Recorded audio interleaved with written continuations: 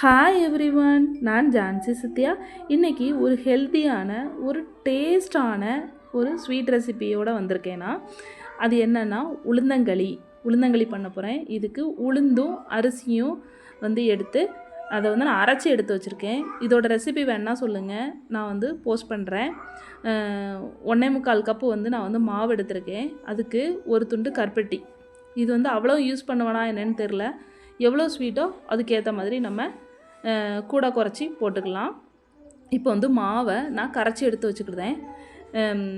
இதை ஊற்றி கிண்டுறதுக்காக அடுப்பில் வச்சு கிண்டுறதுக்காக நல்லா கரைச்சிக்கலாம். கட்டிகள் இல்லாமல், கட்டிகள் இருக்கக்கூடாது. அப்புறமா எடுத்து வச்ச கருப்பட்டியை 1-2 தட்டி அதை கரையிற அளவுக்கு, மூழ்கிற அளவுக்கு தண்ணி வச்சு அதை கரைச்சி மட்டும் எடுத்துக்கலாம். பாகலாம் வேண்டாம், கரைச்சி வச்சுக்கலாம்.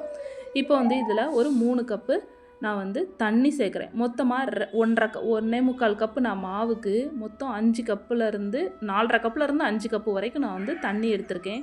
இப்போ இந்த கொதிக்கிற தண்ணியில் கொஞ்சமாக நல்லெண்ணெய், ஒரு 1.5 ஸ்பூன் அளவுக்கு நல்லெண்ணெய் ஆட் பண்ணிக்கலாம். இந்த உளுந்தங்களி ஃபுல் அண்ட் ஃபுல் நம்ம நல்லெண்ணெயில் தான் பண்ண போகிறோம்.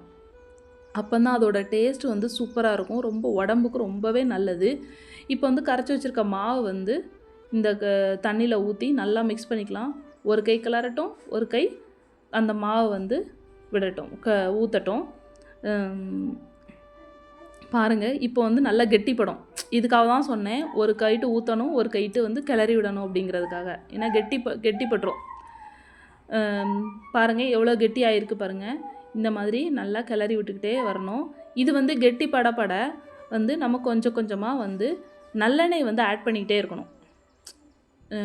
அந்த நல்லெண்ணெயை ஊற்ற நம்மளுக்கு பாத்திரத்தில் ஒட்டாமலும் வரும். அதே சமயம் நல்லா உடம்புக்கும் ரொம்ப நல்லது. நல்லெண்ணெய் ப்ளஸ் உளுந்து இது நம்ம எவ்வளோ சத்துக்கள் இருக்குது அப்படிங்கிறத நீங்கள் கூகுள் பண்ணி பாருங்கள், தெரியும். அவ்வளோ சத்துக்கள் இருக்குது. இப்போ நல்லெண்ணெய் மறுபடியும் நான் ஒரு 1.5 ஸ்பூன் நல்லெண்ணெய் ஊற்றிருக்கேன். நல்லா கிளறுதேன். இது நல்லா அல்வா பதத்துக்கு அப்படியே திரண்டு வரும். அந்த கன்சிஸ்டன்சி வந்ததுக்கப்புறம் நம்ம மாவு வெந்துருச்சு அப்படின்னு நினைக்கலாம். இன்னொரு டிப் என்னென்னா, மாவு வேகிறத நம்ம எப்படி கண்டுபிடிக்கிறதுனா, இந்த பபிள்ஸ் இந்த கொதிக்கிற பபிள்ஸ் எல்லா பக்கமும் வரும். 4 பக்கமும் அந்த பபிள்ஸ் வர ஸ்டார்ட் ஆகும். அப்போ நம்மளுக்கு 4 பக்கம் கொதிச்சிருச்சு, அப்போ மாவு வெந்துருச்சு அப்படின்னு அர்த்தம். சில பேர் ஈரத்தண்ணியில் கையை வச்சுட்டு அதை அந்த களியில் வச்சு தொட்டு பார்ப்பாங்க. அப்படியும் பண்ணலாம், இப்படியும் பண்ணலாம். நல்லா பாருங்கள், ஒரு இடத்துல மட்டும் தான் கொதிக்குது. இங்கே பாருங்கள், 2 இடத்துல கொதிக்க ஆரம்பித்தாச்சு. இந்த மாதிரி பபிள்ஸ் வரும்போது நம்மளுக்கு மாவு வெந்துருச்சு அப்படின்னு அர்த்தம். இப்போ ஒரு 2-3 நிமிஷத்துக்கு நம்ம மூடி போட்டு வேக வச்சிடலாம் திருப்பியும். ஏன்னா அந்த கொதி வரும்போது அந்த மேலே தெரிச்சுது அப்படின்னா அதோட பின்விளைவுகள் அதிகமாக இருக்கும். நான் நிறைய இந்த மாதிரி அனுபவிச்சிருக்கேன். கை காலெல்லாம் தெரிச்சு, முக்கியமாக எனக்கு கையில் ரொம்ப ரொம்ப தெரிச்சு விட்ருக்கு இந்த மாதிரி களி பண்ணும் போதெல்லாம். அப்புறம் இதை நல்லா கிளறி விட்டுட்டு இப்போ அந்த ஸ்வீட் ஆட் பண்ணிடலாம். அதாவது கருப்பட்டி நம்ம கரைச்சி வச்சுருக்கோம் இல்லையா, அதை நல்லா ஃபில்டர் பண்ணி எடுத்துக்கலாம். ஏன்னா கருப்பட்டியில் ஒரிஜினல் கருப்பட்டியில் நிறைய தூசி தூளெல்லாம் இருக்கும். அதனால் நல்லாவே ஃபில்டர் பண்ணி எடுத்து வச்சுக்கலாம். இப்போ எவ்வளோ ஸ்வீட் நம்மளுக்கு தேவையோ, இப்போ அவ்வளோ ஸ்வீட்டு வேணும், எவ்வளோ ஸ்வீட் வேணுமோ அதுக்கேற்ற அளவுக்கு நம்ம ஊற்றி கன்சிஸ்டன்சி அட்ஜஸ்ட் பண்ணிக்கலாம். எனக்கு ஒரு அந்த நம்ம எடுத்து வச்சுருந்தோம் இல்லையா, அந்த அளவில் 3/4 அளவு நான் அந்த பாகு ஊற்றினாலே எனக்கு கரெக்டாக இருந்துச்சு. நான் லாஸ்ட்டு டேஸ்ட் பண்ணி பார்த்தேன், எனக்கு சரியாக இருந்துச்சு. ஒரு வேளை உங்களுக்கு கூட குறைச்சல் வேணும் அப்படின்னா நீங்கள் அதுக்கேற்ற மாதிரி கருப்பட்டி பாகு சேர்த்துக்கலாம்.